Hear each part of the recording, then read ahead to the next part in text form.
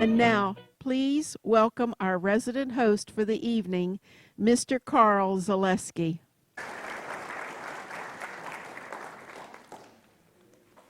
Good evening, everyone. Ashby Ponds Drama Club welcomes you to our 2022 spring production of two short, light-hearted plays.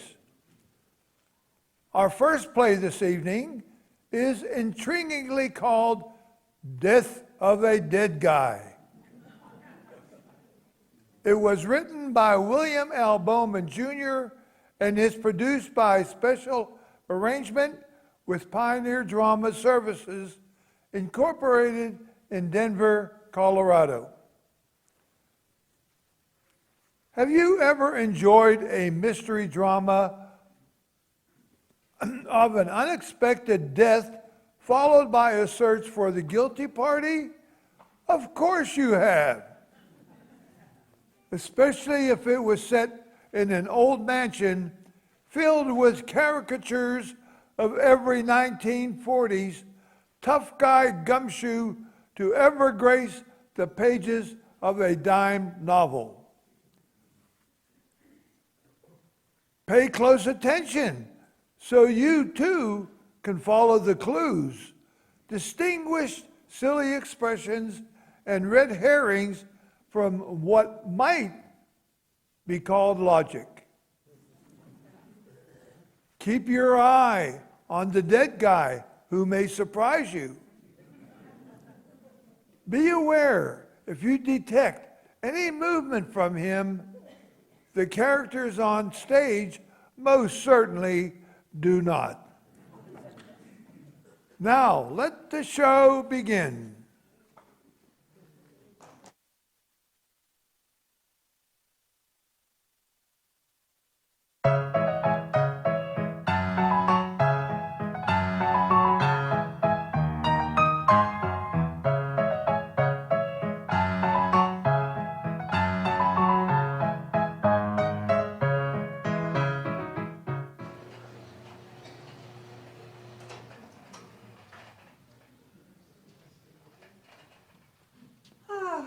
Good evening, Mr. B. I have your evening snack, and I...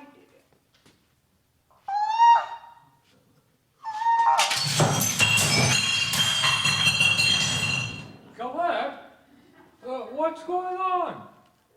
He's dead. Are you certain? Oh, Reginald? Reginald? Oh. Madam. Yeah, Reginald.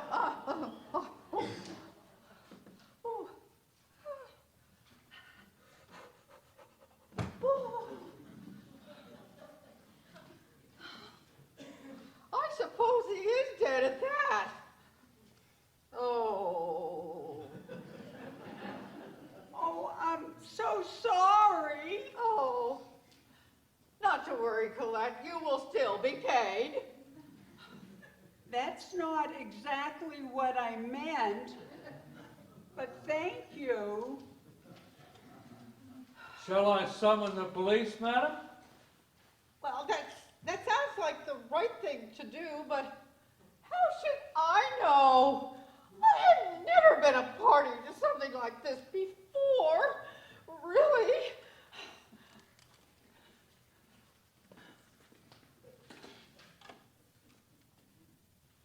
The telephone seems to have suffered its demise as well, madam. It what? The telephone is dead as well, madam. It too?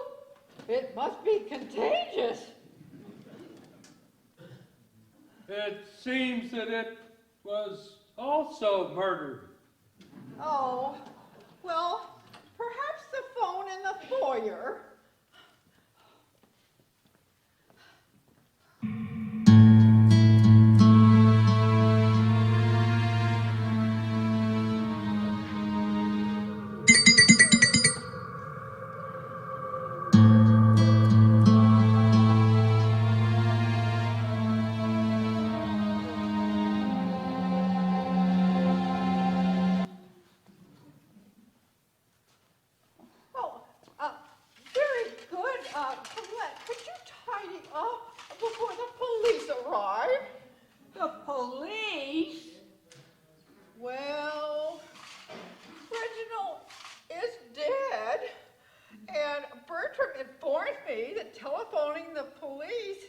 the proper thing to do.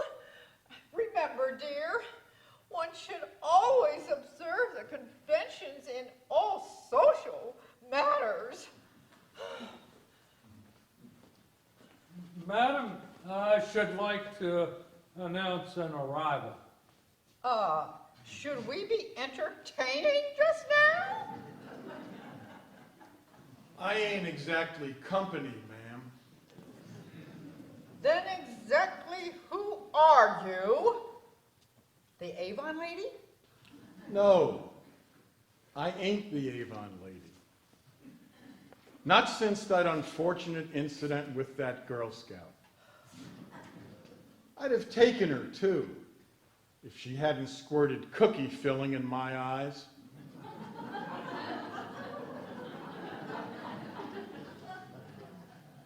She shouldn't have gotten in my way, trying to sell on my turf. Then who are you?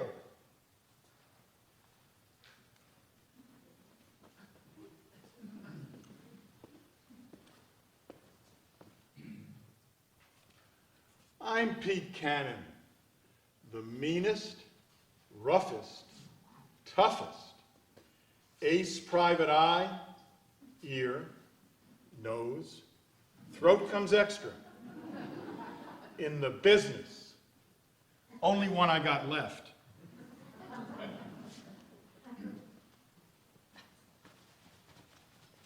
Oh, that's all well and good, Mr. Cannon, but what makes you think we need your services?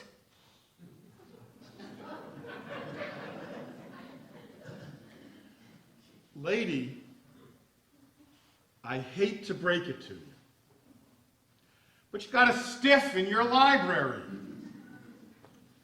A stiff what? A carcass, cold meat, a debtor, a mort, carrion, remains, a cadaver, a dead body, you dizzy dame. Oh, that. Well, it just so happens that Bertram has telephoned the real police from the phone in the foyer. Tell him, Bertram. One moment, madam.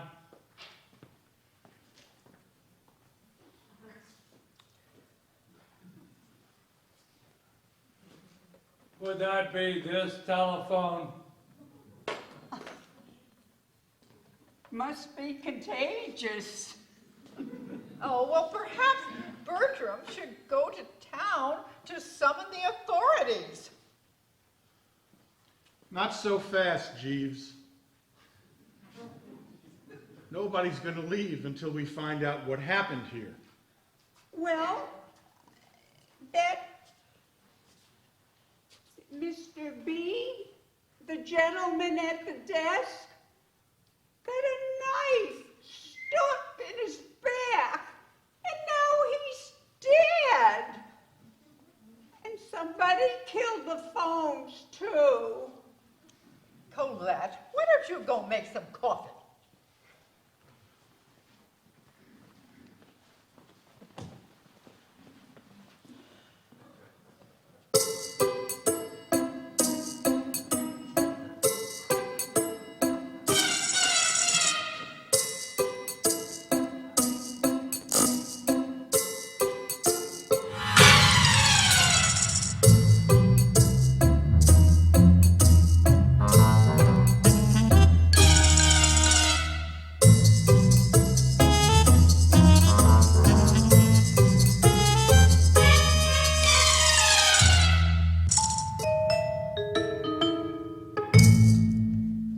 I say, Mr. Cannon, is it? We were just wondering what you're doing here. I mean, we live and work here. How do we know you're not the killer? Fair enough, your ladyship. I was about to come in here to use your phone because my car broke down. See, I was on a stakeout up the road a piece Looking for a band of lollipop smugglers and... Lollipop smugglers? Yeah, there's a big black market in Lithuanian lollipops. The taxes to get them into the country being so high and all. Madam, I fail to see what connection there is with the master's untimely departure from this vale of tears. What? With that! Nothing, I guess, Jeeves. Anyway, like I was saying, I was about to come in to use your phone.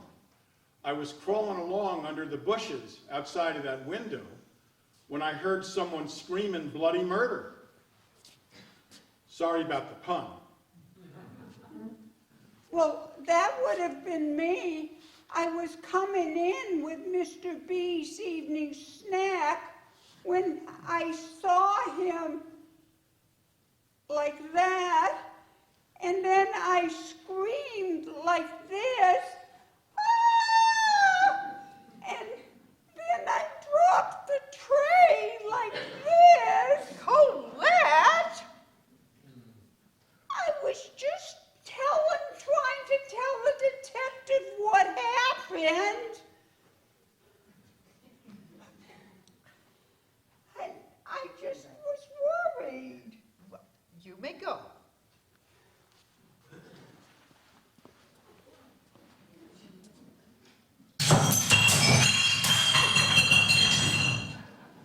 Sorry. In the bushes? What were you doing prowling around in my begonias at this time of night? Really? Azaleas. I beg your pardon? You said begonias. What you got out there, outside this here window here, is azaleas. Oh, well, whatever they were, what were you doing out there tiptoeing? Not without a license, ma'am. No, I was collecting. Collecting azaleas? No, snails. I got this great offer to go in on a farm to train them to race. All I got to do is put up 72.879 big ones, collect a couple of hundred specimens for breeding stock, and we're good to go. I already put up the dough, and by the time my partner gets back from his business trip to Tijuana, I'll have the stock. That is the most absurd thing I have ever heard. No, really. See that one? He'll be great in the 6-inch dash. Of course, breeding him will be easier when I can figure out which is the boys and which is the girls. Okay, I believe you. Now put those horrid things away.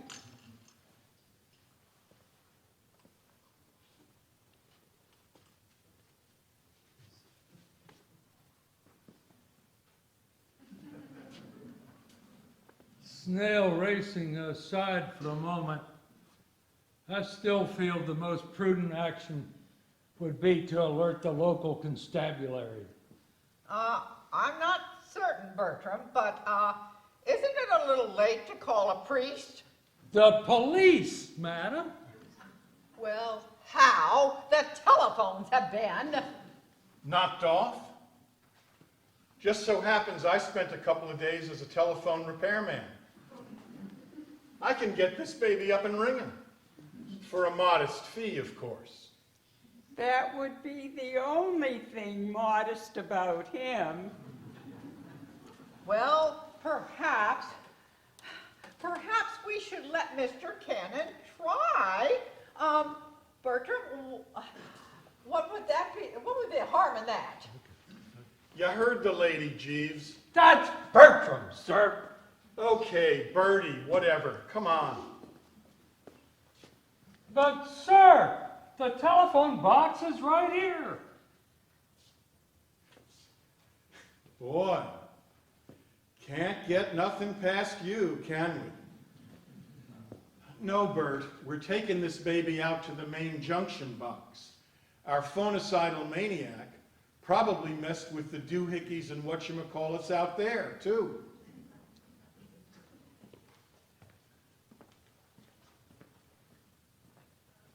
Doohickeys? Whatchamacallit? Colette, where is Miss Fielding? Dunno. Maybe Mr. B sent her out. Not that I'm aware of. I have not seen her this evening since prior to dinner.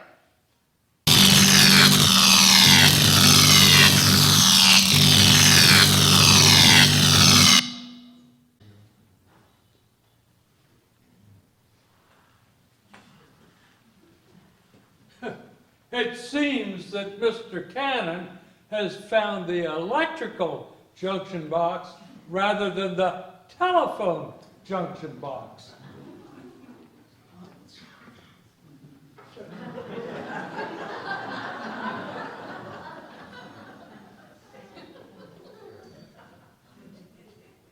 Escargot, anyone? By the way, does anyone know this? I caught her sneaking down by the garage. Why, that's May Fielding, Mr. Bascom's personal secretary. May Fielding? That's a new one, Toots. Really, Mr. Cannon, I will not tolerate such a disrespectful form of address toward one of my staff. What disrespectful address? It's her name, Toots Monahan. My old man played the clarinet, and so he named me Toots. Toots here is wanted in 4 states. Toots here is wanted in 4 states, 17 counties, 92 cities, and 108 municipalities for running games on rich, gullible old codgers. But this is the first time she's offed one of them. Oft? Oh, I never offed nobody, Cannon. I suppose you ain't scragged no household appliances, neither. All right. I admit I iced the phones. And why did I do that? Is a good question, isn't it? I iced the phones.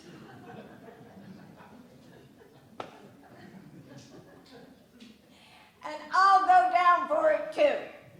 But I ain't going to the hot seat for doing in one of my marks. I ain't never off nobody since I was 6 and I was let off. Yeah, that's the straight skinny for sure.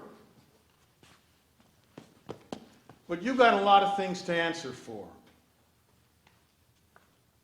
And I swore by the curly locks of Hairlock Shones I'd get you, and I did. Or I ain't Pete Cannon, the meanest, roughest, toughest, ace private eye, ear, nose, throat comes extra, in the business. All right, you got me. But do you have to drag me all the way from here to Poughkeepsie? Okay, Toots doll.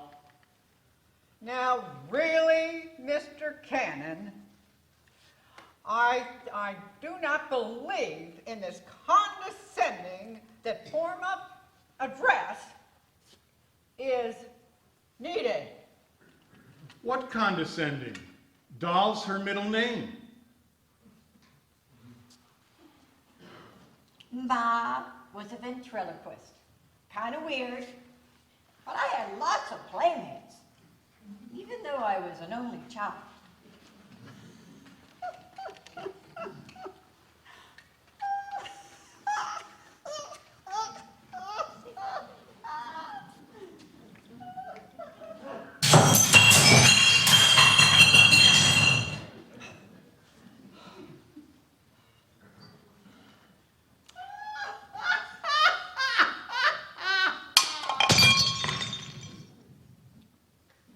Found it.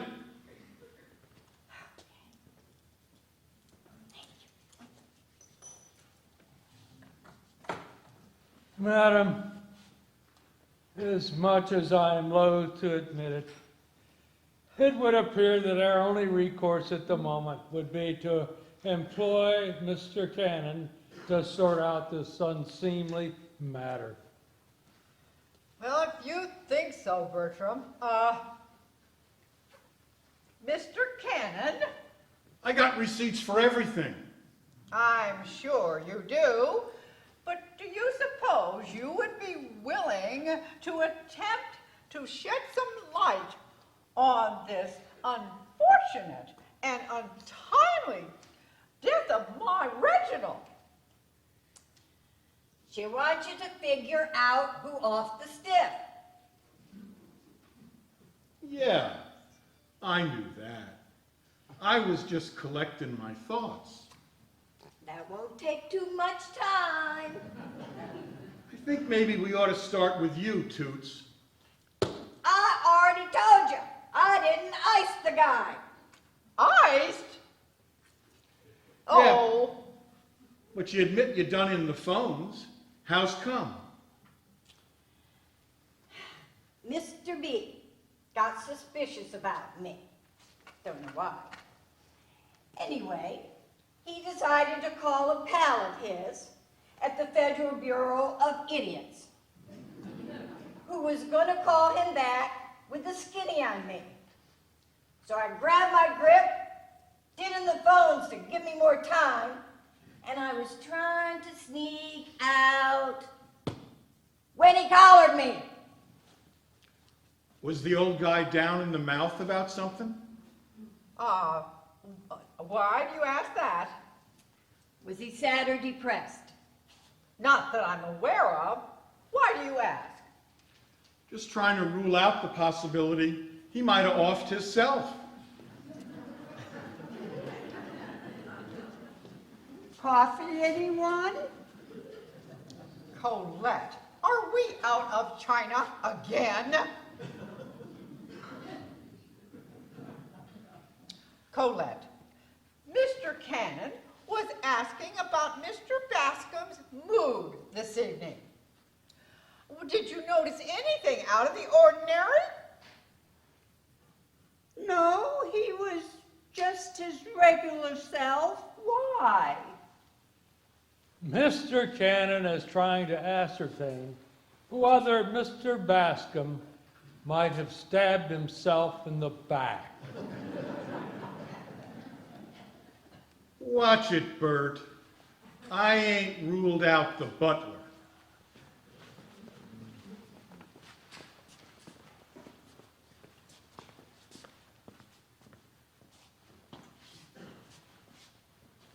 What about the maid? I mean, me. Was something pinched? Stolen? Then you're off the hook. Everybody knows the maid steals, the butler murders. That may be true, but you may exculpate Bertram. Let him off. Yeah, of course. Well, consider him excavated. For now.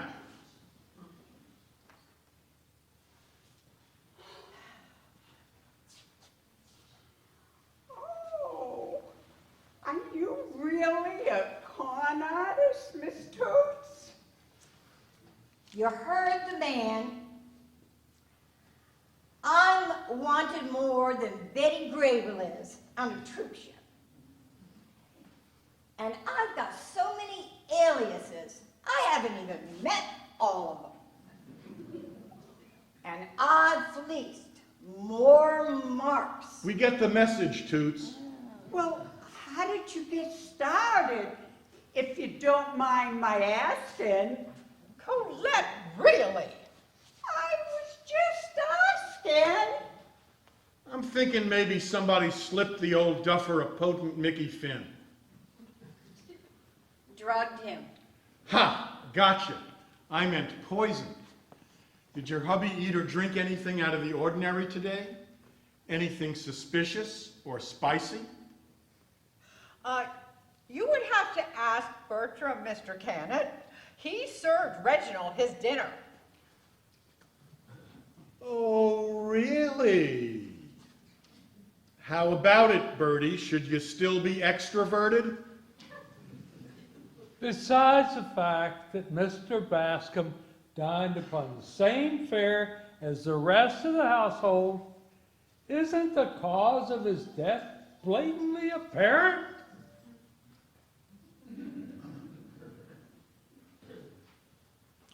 Could be.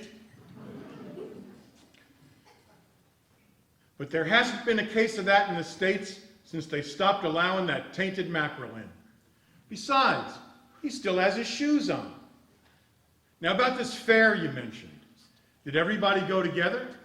Was there a one-eyed monkey there begging for coins? Not fair. Fair!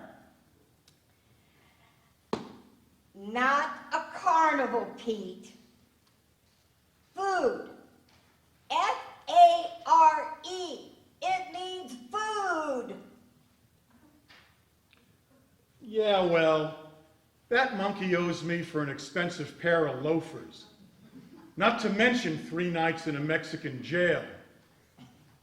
Mr. Bascom most assuredly was not poisoned. Allergies, then? I hear they can do you in pretty quick. I knew this dame in Fresno. Never mind. Only hay fever. Got any hay on you, Jeeves? Oh, really? This is absurd. I ain't so sure about him yet. Maybe he should be expatriated.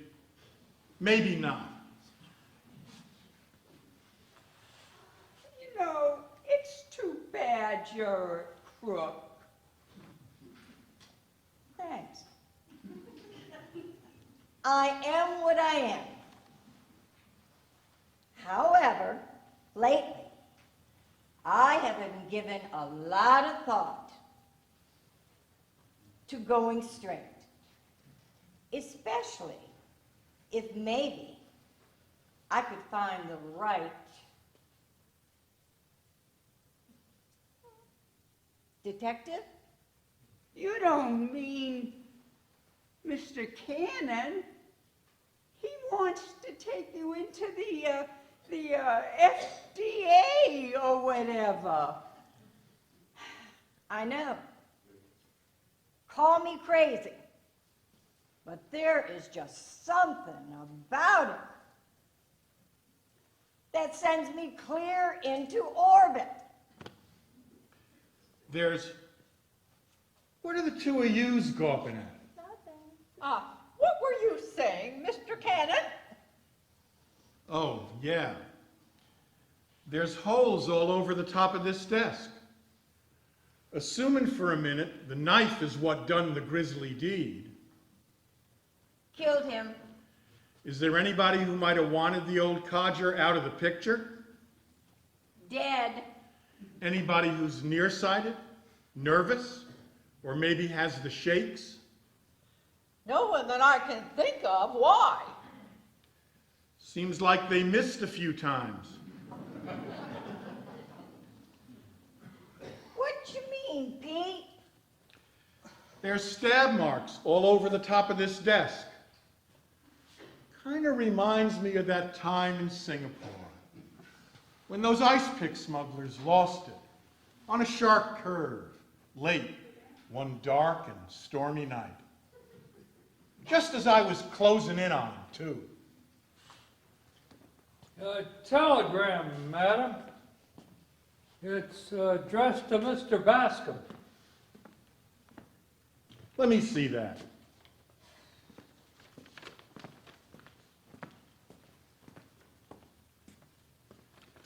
This don't mean nothing.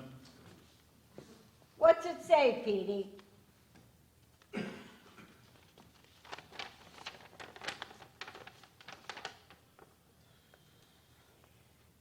To Mr. Reginald Bascom III, from IMPA Committee. Dear Reggie, stop. Received your application, stop. Would be thrilled to have you compete this year, stop. Sincerely, Harvey Wallace Banger, competition inspector, stop. See, I told you. Worthless as an empty gat in a dark alley when you got nothing but your wits and a goon who's set to do you. Gun, ruffian, kill you. What the heck's IMPA anyway? Incidentally, madam, the telegram messenger has agreed to summon the proper authorities upon his return to town. Good thinking, Bertram. Thank you. Oh, no, you don't. If I crack this case first, I still get the Mazuma. The money.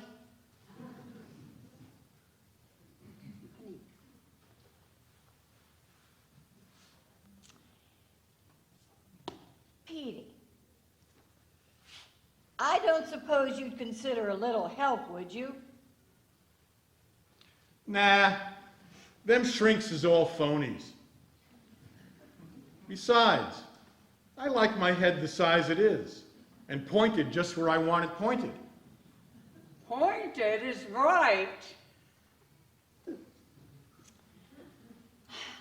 I meant on the case, you dope.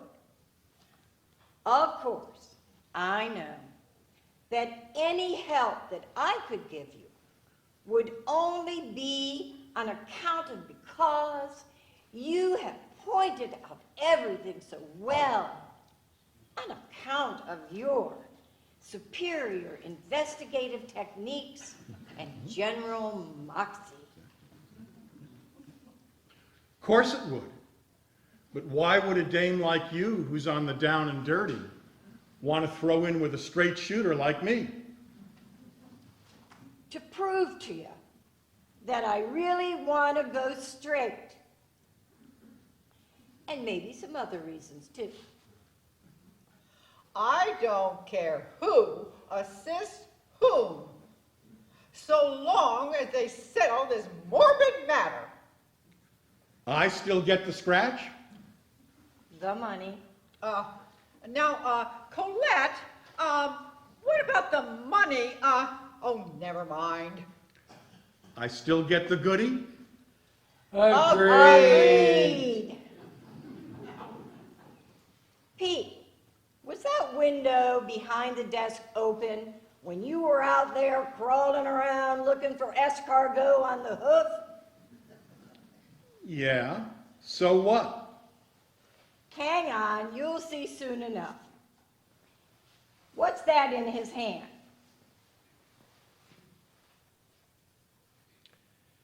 His face?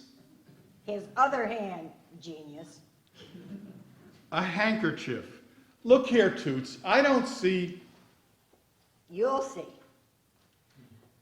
Lift up his head and look at his other hand.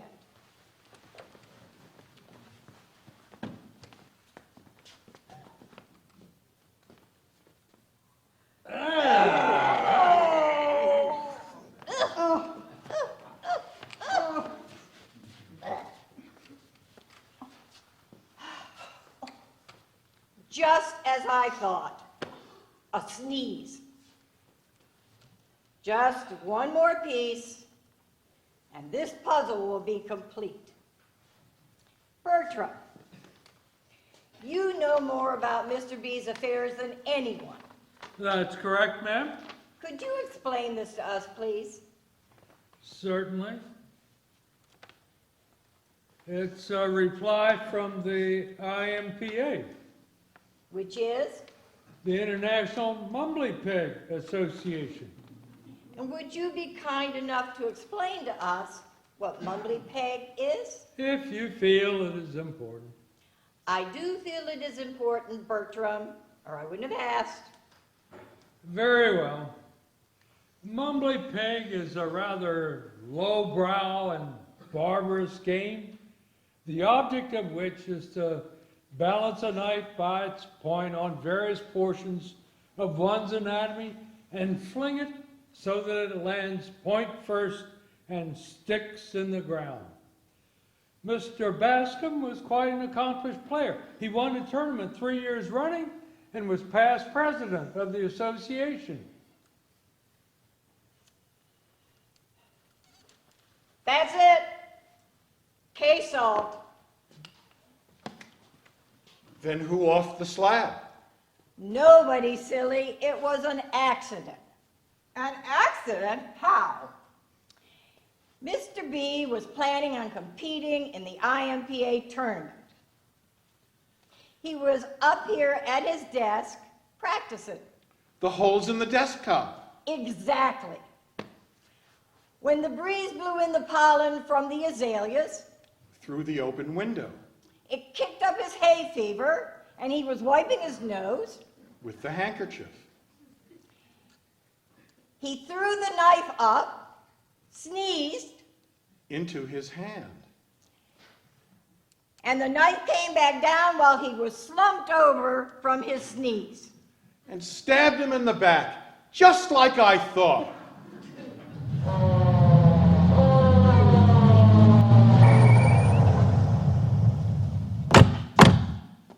The police have arrived, madam. I shall let them in.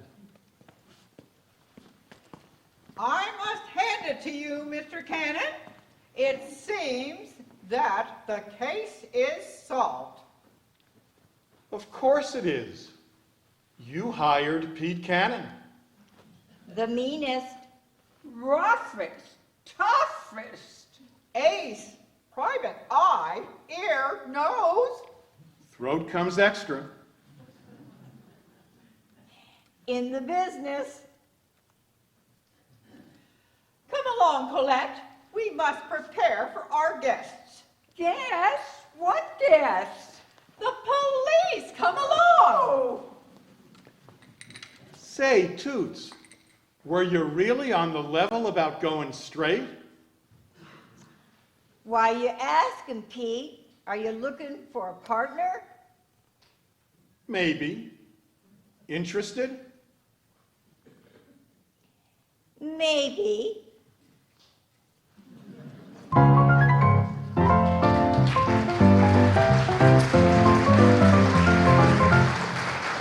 Well, that certainly took long enough.